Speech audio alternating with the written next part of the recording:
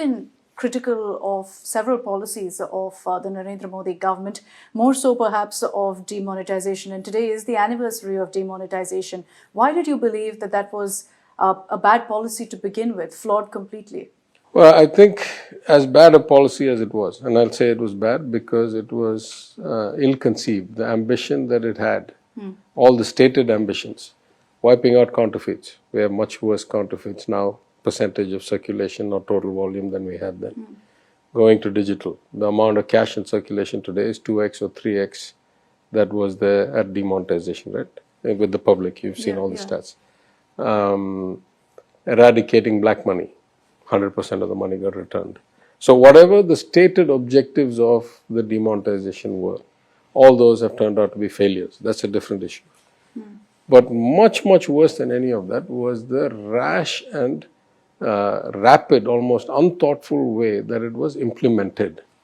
There's no history of any demonetization. Even North Korea printed the new notes first and then demonetized the old notes.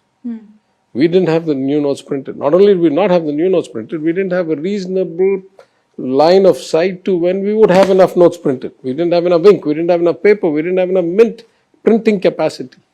So this notion that you can somehow create this new currency 2000 without even having it set for the ATMs or the automated fillers and all this stuff, just because you can print 2000, you can print less and therefore get over taking out much more 500s and thousands, a fallacy, right? Because 2000 is not fungible unless you have change. If I go to spend 2000, how many people spend 2000 or the bulk of 2000 on any given transaction? They don't. So the 2000 rupee note is actually a better store of value than it is an actual fungible transaction document or instrument. So all of these were just so poorly planned. The execution was horrendous, right? Sure.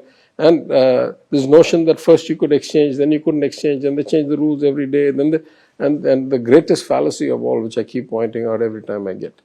All of a sudden, one day, the Revenue Secretary of the Government of India makes an announcement that as of tomorrow morning, all tellers will start putting ink on fingers, permanent ink on fingers, like the voting booths. Like the voting, yeah. I mean, there are like, I'm told, 1,60,000 branches or something at that time in India.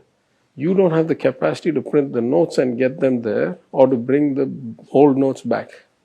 How are you going to now, within 24 hours, procure the ink, distribute it, train people, put up CCTV cameras to make sure that they're doing what they're supposed to do? I mean, it's fantasy land. Next day, they cancel the program, right? Yeah. I'll give you the last thing that I think was devastatingly bad. Nowhere do you do demonetization without a methodology of cancelling the notes at the point of collection. The minute it gets turned back into the bank, they should have punched holes in it or put a seal saying cancel or done something to make sure that same note cannot recirculate. Yeah. The system is not leak-proof. So the implementation, the execution, as you pointed out, the ambition was overarching and not within the realm of achievement. The implementation made it horrendously bad, and therefore the consequences are devastating. And in complex systems, it's very rare to say which effect can be traced to which cause, right? Because there's so many variables in complex systems. That's true of government, that's true of the economy. Yeah. But in this case, I would vouch for the fact that we are still paying the price and the long-term consequences of that one act so many years ago, because it was so devastating. Nowhere in the history of the world have you seen 86% of the money wiped out overnight. The implementation, yes, was very much flawed. We saw that on the ground. We saw people suffering. But you talk about the motive, you talk about the ambition, and the idea of demonetization itself wasn't a bad one. No, listen, ideas are only as good as you can make their fulfillment occur. Right? If you start with the idea, you have some ambition. If that ambition is fulfilled, we can have a question of whether it was a good idea or not. If the ambition is not fulfilled in even 1%, I'm telling you, in every statistic that they originally said, cutting counterfeits and fakes, fail. Removing black money, fail. Reducing cash in circulation, fail. The BJP would argue otherwise. No, the stats tell you otherwise. I mean, listen, if the statistics are no longer the basis for opinion, then what is the point of having a debate? I feel like blue is the right color and you feel like green. There's no objectivity. You have to look, I'm saying, look at the amount of notes being caught in counterfeits and fakes. Look at the amount of money in circulation. This is not a fantasy number. The RBI publishes how much money is in circulation. Look at the proportion of transactions that are happening in cash or digital.